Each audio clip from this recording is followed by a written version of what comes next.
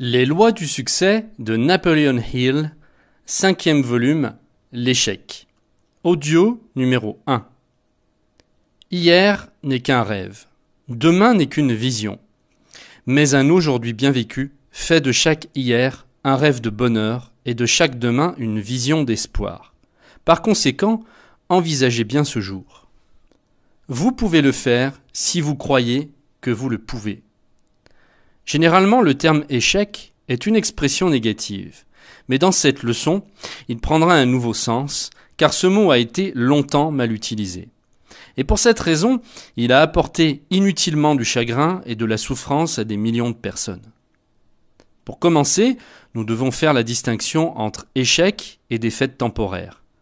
Voyons si ce qu'on considère généralement comme un échec n'est en réalité qu'une défaite temporaire, et aussi si cette défaite temporaire n'est souvent qu'une bénédiction déguisée, car elle nous secoue et dirige nos efforts vers d'autres voies plus avantageuses. Dans la leçon sur l'habitude de faire plus que le travail pour lequel vous êtes payé, il est expliqué que la force se développe à partir de la résistance. Et dans cette leçon, nous allons apprendre qu'un caractère solide est généralement l'œuvre de ceux qui ont échoué, de ceux qui ont perdu et de ceux qui ont été victimes de défaites temporaires, que les personnes mal informées appellent échec. Ni la défaite temporaire, ni l'adversité ne représentent un échec pour celui qui la considère comme une leçon. En fait, il y a une importante et durable leçon à apprendre sur chaque défaite et généralement il s'agit d'une leçon qui ne pourrait être apprise que par cette voie. Souvent, la défaite s'adresse à nous dans un langage muet, que nous ne comprenons pas. Si ce n'est pas le cas, nous n'aurions jamais reproduit à plusieurs reprises les mêmes erreurs et nous aurions profité des leçons qu'elles nous auraient apportées. Aussi, nous pourrions observer, plus attentivement, les erreurs des autres et nous aurions pu en tirer des leçons. L'objectif principal de cette leçon est justement de vous aider à comprendre et à tirer profit de ce langage muet utilisé par la défaite. Découvrez les 7 tournants de ma vie. Le meilleur moyen, pour que vous puissiez mieux interpréter le sens de la défaite, est de vous raconter quelques-unes de mes propres expériences, couvrant une période d'environ 30 ans. Au cours de cette période, j'ai rencontré 7 tournants, ce que les gens mal informés appellent échecs. À chaque fois, j'ai pensé que j'avais lamentablement échoué.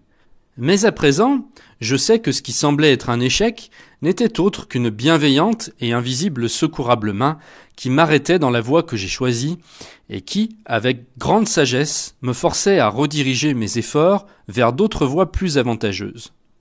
J'ai compris cela seulement après avoir eu une vision rétrospective et analytique de mes expériences, mais aussi une sérieuse méditation de plusieurs années.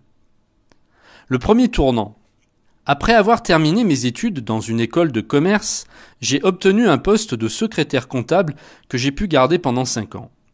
En adoptant l'habitude de rendre un meilleur service en travaillant plus, sans être payé plus pour le faire, j'ai progressé rapidement dans mon travail et on m'a attribué plus de responsabilités et un salaire beaucoup plus élevé par rapport à mon âge. J'ai épargné mon salaire et mes économies s'élevaient à plusieurs milliers d'euros. Ma réputation s'est répandue rapidement et j'ai rencontré des concurrents soumissionnaires pour mes services.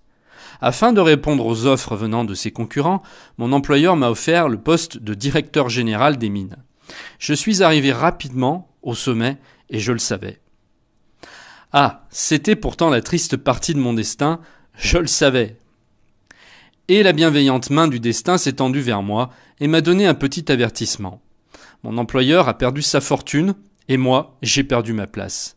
C'était ma première véritable défaite. Et même si elle était provoquée à la suite des causes indépendantes de ma volonté, je devrais en tirer une leçon. Ce que bien sûr, j'ai fait, mais seulement bien des années plus tard. Le deuxième tournant. Ensuite, j'ai occupé le poste de directeur de vente dans une grande compagnie d'industrie de bois.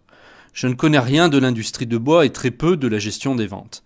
Mais j'avais appris qu'il était toujours bénéfique de rendre plus de services sans demander plus d'argent pour le faire. J'avais aussi appris qu'il est avantageux de prendre des initiatives et de faire ce qui doit être fait sans que personne ne me demande de le faire. Un compte bancaire bien rempli et un solide dossier d'avancement, grâce à mon précédent poste, m'ont donné plus de confiance dont j'avais besoin. Peut-être même un peu trop. Mon évolution a été rapide et mon salaire a doublé avant la fin de la première année. Je me suis tellement bien débrouillé dans la gestion des ventes que mon employeur m'a nommé comme associé. Nous avons commencé à accumuler beaucoup d'argent et j'ai commencé à me sentir de nouveau au sommet du monde. Être au sommet donne une sensation merveilleuse. Mais c'est aussi un endroit très dangereux si on ne se tient pas d'un bon pied, car la chute est interminable et très pénible si l'on trébuche. J'ai prospéré à pas de géant, jusqu'au moment où j'ai réalisé que le succès pouvait être mesuré autrement qu'en euros et en pouvoir. C'était peut-être dû au fait que j'avais plus d'argent que ce qu'il m'en fallait, et plus d'autorité que ce que je pourrais exercer librement à cet âge-là. Non seulement j'ai réussi, selon mon point de vue du succès, mais aussi je savais que j'étais engagé à exercer la seule et unique activité qui correspondait à mon tempérament. Rien ne pouvait m'inciter à changer de domaine, rien, sauf ce qui s'est produit et qui m'a forcé à changer. L'invisible main du destin m'a permis de me pavaner sous l'influence de ma propre vanité, jusqu'à ce que j'ai reconnu ce que je valais réellement. Grâce à mes plusieurs années de réflexion, je me demande maintenant si cette invisible main ne fait pas exprès de nous laisser, nous, pauvres êtres humains, nous parader avec nos propres orgueils jusqu'à ce que nous voyions combien vulgaires sont nos actions et que nous ayons honte de nous-mêmes. En tout cas, je croyais voir une route claire devant moi, il y avait beaucoup de carburant dans le réservoir, mon pied était sur l'accélérateur, j'ai appuyé à fond et j'ai roulé à toute allure. Hélas, le destin m'attendait juste au coin avec une solide massue. Naturellement, je n'ai pas vu le coup venir. Mon histoire a été triste, mais pas aussi triste que celle de celui qui voulait être honnête envers lui-même en racontant la sienne. Comme un coup de tonnerre sur un ciel clair, la crise de 1907 m'a dépourvu de tout. Du jour au lendemain, elle m'a rendu un service durable en détruisant mes activités et en emportant tout ce que je possédais, et ce jusqu'à la dernière pièce. Il s'agissait de ma première sérieuse défaite. À l'époque, je l'ai prise pour un échec, mais ce n'en était pas un. Et avant la fin de cette leçon, je vous dirai pourquoi. Le troisième tournant. Il a fallu vivre la panique de 1907 et la défaite qu'elle m'a apportée pour détourner et rediriger mes efforts dans l'entreprise de bois de charpente vers les études de droit. Rien au monde, sauf la défaite, n'aurait entraîné cette décision. Le troisième tournant de ma vie est marqué par ce que la plupart des gens appelleraient un échec. Je me dois néanmoins de vous redire que chaque défaite apporte une bonne leçon à ceux qui sont prêts et ont la volonté d'apprendre. Un des grands chefs qui ait jamais vécu a résumé en 8 mots, ci-après, son secret de leadership. La bonté est plus puissante que la contrainte. Quand je suis entré à la faculté de droit, je croyais fermement réussir, bercé par l'illusion de devenir plein aux as, car je n'avais encore d'autres conceptions du succès que celles liées à l'argent et au pouvoir. J'assistais aux cours de droit le soir et je travaillais comme vendeur d'automobiles le jour. Mon expérience de vente dans l'industrie de bois m'a beaucoup aidé. J'ai prospéré rapidement en faisant tout à la perfection, étant habitué à rendre un meilleur service en faisant plus que le travail pour lequel j'étais payé, que j'ai eu l'opportunité de me lancer dans les affaires de fabrication d'automobiles. J'ai vu qu'il manquait de bons mécaniciens.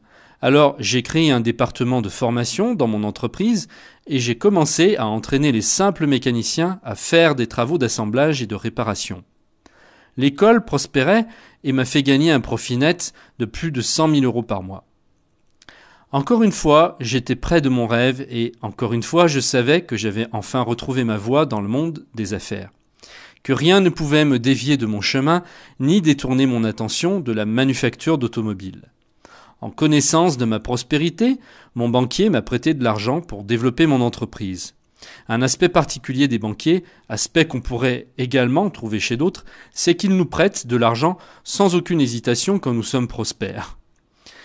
Mon banquier m'a prêté de l'argent, jusqu'à ce que je sois complètement accablé de dettes. Ensuite, il a doucement pris possession de mon entreprise, comme si elle lui appartenait déjà, ce qui était en effet le cas. De la situation d'un homme d'affaires avec un revenu de plus de 100 000 € par mois, je me suis brusquement trouvé pauvre. 20 ans plus tard, j'ai remercié le destin pour ce revirement forcé, mais à l'époque, j'ai considéré ce changement comme rien d'autre qu'un échec. J'ai perdu mes illusions et la légende de devenir plein aux as comme il se devrait éventuellement. C'est plusieurs années plus tard seulement que j'ai pu voir la vérité. que cette défaite temporaire a été probablement ma seule grande bénédiction, car elle m'a forcé à sortir d'une activité qui ne m'aidait point à développer la connaissance de moi-même et des autres, et de diriger mes efforts vers une voie qui m'a apporté une riche expérience dont j'avais besoin. Pour la première fois de ma vie, j'ai commencé à me demander s'il n'était pas possible de trouver autre chose que l'argent et le pouvoir pour poursuivre mon rêve.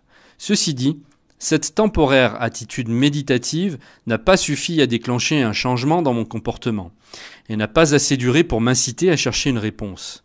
Elle a seulement passé comme une pensée fugitive, comme parmi tant d'autres auxquelles je ne prêtais aucune attention et ensuite a disparu. Si j'avais su à l'époque tout ce que je sais à présent sur la loi de la compensation, si j'avais été capable d'interpréter les expériences comme je peux les interpréter maintenant, j'aurais pu reconnaître à travers cet événement un autre petit avertissement de la part du destin. Après avoir mené la plus dure lutte de ma vie jusqu'à ce moment, j'ai accepté ma défaite temporaire comme un échec et ensuite je suis arrivé au 4e tournant de ma vie qui m'a offert l'occasion d'utiliser les connaissances de droit que j'avais acquises. Le 4e tournant. Puisque j'étais marié à une femme dont la famille était très influente, j'ai obtenu un poste d'assistant du conseiller juridique en chef dans l'une des plus grandes compagnies de charbon du monde. Mon salaire dépassait largement celui qu'on offrait habituellement aux débutants et même à ce que je valais. Mais le succès appelait le succès, et j'y étais de la même manière. Je complétais ce qui me manquait en compétences juridiques en rendant plus de services que ceux pour lesquels j'étais payé, en prenant des initiatives et en assumant le travail qui devait être fait sans qu'on me le demande. Je gardais mon poste sans aucune difficulté. C'était pratiquement un bon emploi, mais je n'avais pour autant l'intention de le garder. Sans consulter mes amis et sans avertir personne, j'ai donné ma démission. C'était le premier tournant décisif que j'avais pris moi-même. Il ne m'a pas été infligé. J'ai vu le vieux destin arriver et je l'ai dépassé. Quand on m'a demandé de préciser les raisons de ma démission, j'en ai fourni une qui m'a paru valable, mais j'ai eu du mal à convaincre le cercle familial que j'avais agi sagement. J'ai quitté ce poste parce que le travail était trop difficile et que je l'assumais sans beaucoup d'efforts. Je me voyais me laisser aller à l'oisiveté. Je m'habituais de plus en plus à vivre avec facilité et je savais que la prochaine étape serait la régression. J'avais beaucoup d'amis au tribunal et rien ne m'obligeait à changer de travail. Je faisais partie des amis et parents et j'avais une place que je pouvais garder autant que je le voudrais sans me fatiguer. Je touchais un salaire qui me permettait d'obtenir tout ce dont j'avais besoin et même le luxe. Qu'est-ce qu'il me fallait de plus ? Rien, je commençais à me dire. C'était l'attitude que j'ai adoptée. Une attitude qui, pour une raison inconnue, m'a brusquement alarmé, car j'ai pris une décision que beaucoup de personnes ont jugée déraisonnée. J'ai démissionné. Combien ignorant j'ai pu être sur beaucoup de choses à l'époque, mais j'ai été bien content depuis ce moment-là de m'être rendu compte que la force et le progrès viennent seulement par l'effort et la lutte continue, et que la désuétude entraîne la régression et la déchéance. Ce changement s'est avéré le tournant le plus important de ma vie, bien qu'il ait été suivi de 10 années d'efforts qui ont apporté presque toutes les peines inimaginables que le cœur humain pourrait supporter. J'ai quitté mon travail dans le domaine juridique où je gagnais bien et vivais entouré d'amis et parents qui me prévoyaient un futur brillant et prometteur. Je reconnais sincèrement que je suis toujours étonné quand je pense pourquoi et comment j'ai eu le courage de choisir ce changement. Quant à mon interprétation de cet événement, j'ai pris la décision de démissionner plutôt à cause d'un pressentiment ou d'une intuition que d'un raisonnement logique. J'ai choisi Chicago comme nouveau terrain d'activité parce que je croyais que c'était une ville où l'on pouvait trouver un bon emploi si on avait les qualités rigoureuses essentielles pour survivre dans un monde plein de concurrence. J'ai pensé que si je pouvais m'y faire connaître par mes mérites dans n'importe quel domaine de travail, ce serait la preuve que je possédais les capacités essentielles que je pouvais développer en de réelles compétences. C'était un étrange raisonnement. C'était du moins pour moi un raisonnement inhabituel à cette époque-là, ce qui me pousse à affirmer que souvent, nous les êtres humains, nous nous croyons intelligents alors que nous ne le sommes pas. Je crains que trop souvent, nous nous croyons pleins de sagesse et maîtres de tout, alors qu'en réalité, nous n'avons absolument aucun contrôle sur quoi que ce soit. Bien que je ne veuille pas donner l'impression de croire que tous nos actes ont des causes qui nous dépassent, Je vous suggère vivement tout de même d'étudier et d'interpréter correctement les raisons qui marquent les plus grands tournants de votre vie. Les moments où vos efforts ont été détournés du plus ancien au plus récent. En dépit de tout ce que vous pouviez faire, abstenez-vous au moins d'accepter toute défaite comme un échec avant de prendre le temps d'analyser le résultat final. Mon premier poste à Chicago était celui de directeur de publicité dans une grande école par correspondance. Je n'avais que très peu de notions de publicité, mais mon expérience antérieure, en tant que commercial, ajoutée à l'avantage de savoir rendre un meilleur service en faisant plus que ce pour lequel j'étais payé, m'ont permis d'obtenir des résultats remarquables. La première année, j'ai gagné 52 000 €. J'étais de retour à pas de géant. Petit à petit, mes illusions ont commencé à tourner autour de moi et j'ai eu de nouveau mon ambition de devenir plein aux as. L'histoire nous montre beaucoup de preuves qu'un festin précède généralement une famine. Je jouissais du festin, mais ne pensais même pas à la famine qui devait suivre. Tout allait si merveilleusement bien que je m'étais laissé aller de nouveau. Souvenez-vous de ceci quand les choses sont contre vous. De toutes les manifestations de votre visage, la lumière de la joie brille le plus loin en mer. Le laisser-aller est un état d'esprit dangereux. Cela est une grande vérité que beaucoup de gens n'apprennent avant que la main apaisante du temps ne se soit posée sur leurs épaules pour une meilleure phase de leur vie. Certains ne l'apprennent jamais, et ceux qui l'apprennent sont finalement ceux qui ont commencé à comprendre le langage muet de la défaite. Je suis convaincu qu'il y a peu ou pas d'ennemis plus dangereux à combattre que le laisser-aller. Personnellement, je le crains plus que la défaite. Cela m'amène à mon 5e tournant, qui a été également mon propre choix. Ceci est un extrait du cours de Napoleon Hill, Les lois du succès. Pour recevoir l'intégralité de l'ouvrage, cliquez sur le lien qui apparaît en bas de cette vidéo.